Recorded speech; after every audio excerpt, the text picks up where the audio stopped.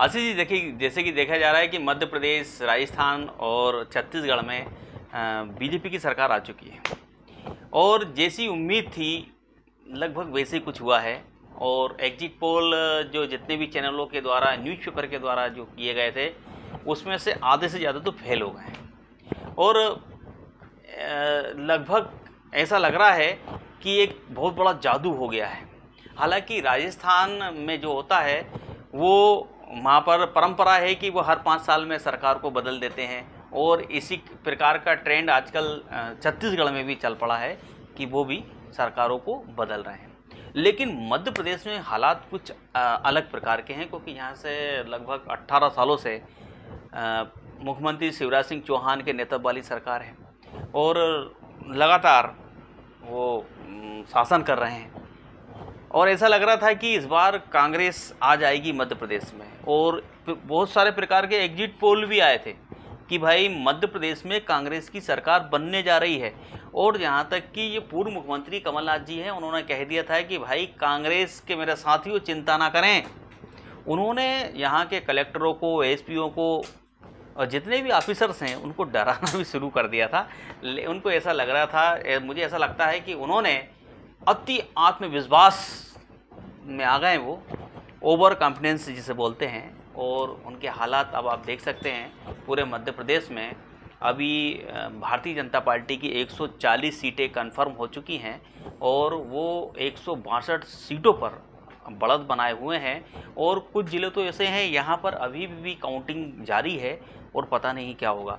लेकिन ख़ास बात यह है कि मैं आपसे ये बात करना चाहूँगा कि यहाँ पर उत्तर प्रदेश के मुख्यमंत्री आदित्यनाथ योगी और असम के मुख्यमंत्री विष्णु शर्मा जी का काफ़ी दखल रहा है मध्य प्रदेश में। और ऐसा लगता है कि उनकी हिंदुत्व की जो नीति है, उस हिंदुत्व की नीति ने मध्य प्रदेश, छत्तीसगढ़ और मध्य प्रदेश, राजस्थान में काफ़ी ग्रोथ किया है।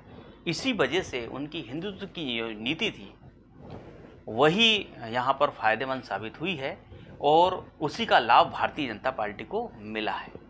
क्या कहना चाहेंगे, मतलब आपको क्या लगता है? जी, मैं इसी बात को आगे बढ़ाते हुए आपसे कहूँगा कि एक सपने की रात आज कांग्रेस के लिए भी होगी और बीजेपी के लिए भी होगी। क्योंकि ना तो ये जनता ने सोचा था, लेकिन जनता का ये मत निकला। पूरी मध्य प्रदेश की जनता के, जैसे कहते हैं ना कि बीजेपी का एक नारा है कि मन में मोदी, और एमपी के मन में मोदी और मोदी के मन में एमपी, वही शायद भारतीय जनता के लिए फला, भारतीय जनता पार्टी के लिए फला और मध्य प्रदेश की जनता के मन में भी शायद वही रहा। हाँ। मैं आपको कुछ फैक्ट बताऊंगा कि जिस तरह बीजेपी ने खुद कहा कि हमने अभी तक सीएम का चेहरा, बीजेपी के कुछ बड़े नेताओं ने कहा कि सीएम का चेहरा हमने छत्तीसगढ़ में नहीं चुना था।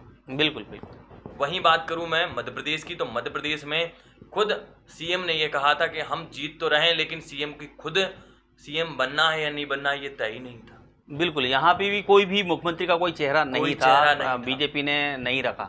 जी बिल्कुल। तो आपको एक बात मैं बात करूं कि मध्य प्रदेश में या भारतीय जनता पार्टी पूरे ऑल ओवर इंडिया में एक संगठन के रूप में काम करती है। बिल्कुल। और वही संगठन उन्होंने जब अपने जो सीएम चेहरे जो अपने प्रदेशों में बहुत अच्छा कर रहे हैं, जनता को अपना एक ऐसा चेहरा दिखा रहे हैं जिस तरह वो एक स्टार बनकर निकल आ रहे हैं। जैसे हम एक स्क्रीन का हीरो की बात करें तो इस तरह निकल कर आ रहे हैं और जनता को अपनी ओर आकर्षित कर रहे हैं। एक चुंबकीय आकर्षण ऐसा हो गया कि हम बात करें काला पीपल की, जी हाँ, काला पीपल की बात करें तो काला पीपल में योगी जी ने सभा की थी। वहीं हम बात करें तो उनके नरेंद्र मोदी के भाई भी वहां आए थे। तो इस तरह काला पीपल एक बहुत हाले पे नॉर्मल विधायकों का चुनाव है, लेकिन एक बहुत बड़ी सीट बन गई। वहीं बात करें हम आष्टा की, तो आष्टा में जो आपने सीएम के, असम के सीएम की बात की, वो आए थे। तो इस तरह एक एक सीटों को उन्होंने हाई प्रोफाइल बनाया, सामने वाले प्रत्याशी को इस तरह दिखाया कि हम आपसे कहीं ज्यादा बड़े हैं। जिस तरह हम कहते हैं ना कि एक भालू के सामने अगर इंसान आ जाए तो भालू अपने आप को बड़ा दिखाने की कोशिश करता है कि मैं आपको मारूंगा, तो वही भारतीय जनता पार्टी ने मध्य प्रदेश में वही स्ट्रेटजी अपनाई। नहीं, बिल्कुल, जैसे कि मध्य प्रदेश की जो काला पीपल विधानसभा जो क्षेत्र है शाजापुर जिले के अंतर्गत आती है और यहाँ पर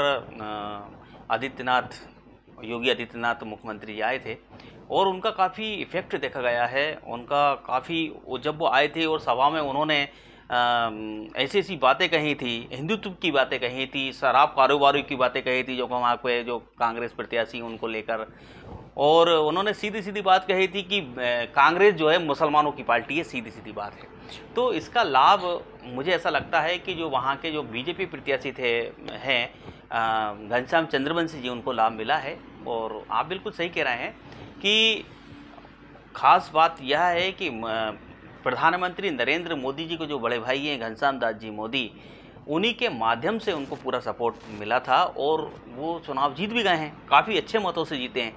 लेकिन मध्य प्रदेश के लिए कुणाल चौधरी भी बहुत अच्छे नेता रहे हैं कांग्रेस के, क्या कहना चाहेंगे उनको? कुणाल चौधरी की मैं एक बात करूं तो मध्य प्रदेश में जिस तरह जीतू पटवारी उभर के आए थे एक युवा नेता की तरह, एक युवा नेतृत्व की तरह, क्योंकि वो कांग्रेस को संभाल रहे थे।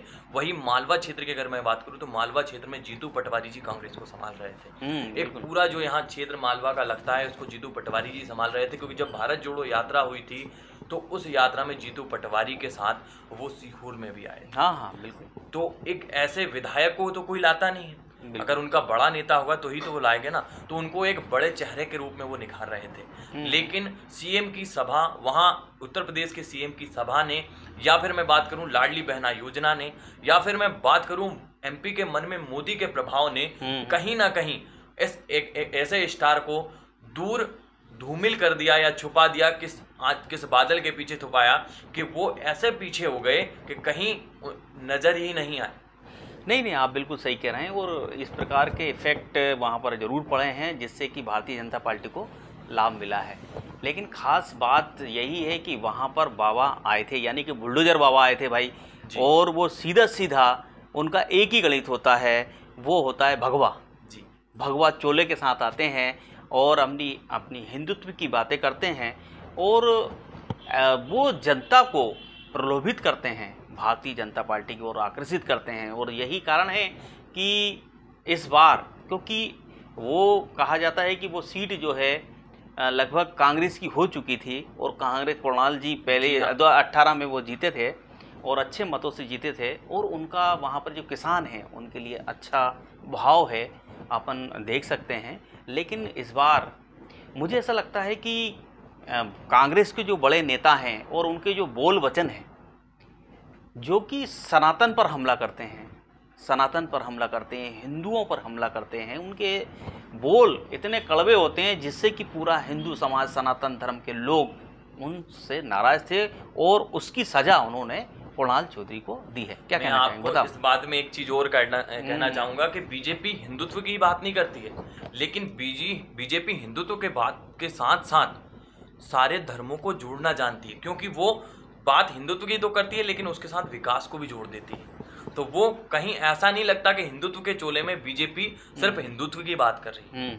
वो मानते हैं कि हम बीजेपी आरएसएस सब एक साथ एक संगठन के रूप में काम करते हैं, लेकिन बीजेपी सबका साथ, सबके विकास के जो नारे लगाती है, जो उद्घोष करती है, उसके उद्घोष से जनता उस तरह प्रलोभित होती है या उस तरह अपने आप को जागृत करती है कि उससे युवा, हर एक वर्ग का व्यक्ति जो है वो आज बीजेपी के साथ जुड़ना चाहता है, क्योंकि वहां जाके व्यक्ति को एक ऐसा स्थान मिलता है कि वो अपने आप को एक संगठन में पाता है। कांग्रेस में अभी भी देखा जाए तो हम दिग्गी राजा और कमलनाथ में ऐसा देखते हैं कि कहीं ना कहीं एक दूसरे से दूर जा रहे हैं। हाँ बिल्कुल, अभी भी कांग्रेस टूटी हुई नजर आती है, एकजुट नहीं आती। क्योंकि हम अगर जीतू पटवारी की बात करें तो वो अलग जाते हैं, अगर हम कमलनाथ की बात करें तो वो अलग जाते हैं। मतलब आपका कहना है कि कांग्रेस में गुटबाजी हावी है, अलग गुटबाजी बने हुए हैं कांग्रेस में। कमलनाथ अपने बेटों को, और सिंधी राजा, जो मैं बात करूं इनकी दिग्गी राजा की, तो वो अपने बेटे को, यहाँ बेटावाद शायद ज्यादा देखा गया इस बार। बिल्कुल, सभी अपने बेटों को मंत्री बनाना चाहते हैं, मुख्यमंत्री की कुर्सी तक पहुंचाना चाहते हैं, और ऐसा देखा गया है। लेकिन बात यही है कि केंद्रीय स्तर पर जो कांग्रेस के नेता हैं, जो कि प्रधानमंत्री जी पर शायद आरोप लगाते रहते हैं, कभी उनको पनौती बोल देते हैं, कभी उनको चोर बोल देते हैं, कभी कुछ बोल देते हैं, कभी गालियां दे देते हैं। तो क्योंकि हमारे प्रधानमंत्री, मुझे ऐसा लगता है कि पूरे देश के हैं और उनके भी हैं, लेकिन उनकी जो भाषा है शायद इस वजह से कांग्रेस को काफ़ी नुकसान हुआ है। इस बात में मैं आपको एक बात कहना चाहूँगा कि मोदी अब मोदी नहीं रहे। शायद वो मध्य प्रदेश का और भारत का मान बन गए हैं। ये सारी जनता मानती है, क्योंकि अब जब हम विदेश जाते हैं तो हमारी उस तरह चेकिंग नहीं होती जिस तरह पाकिस्तान के पूरे कपड़े उतार लिए जाते हैं।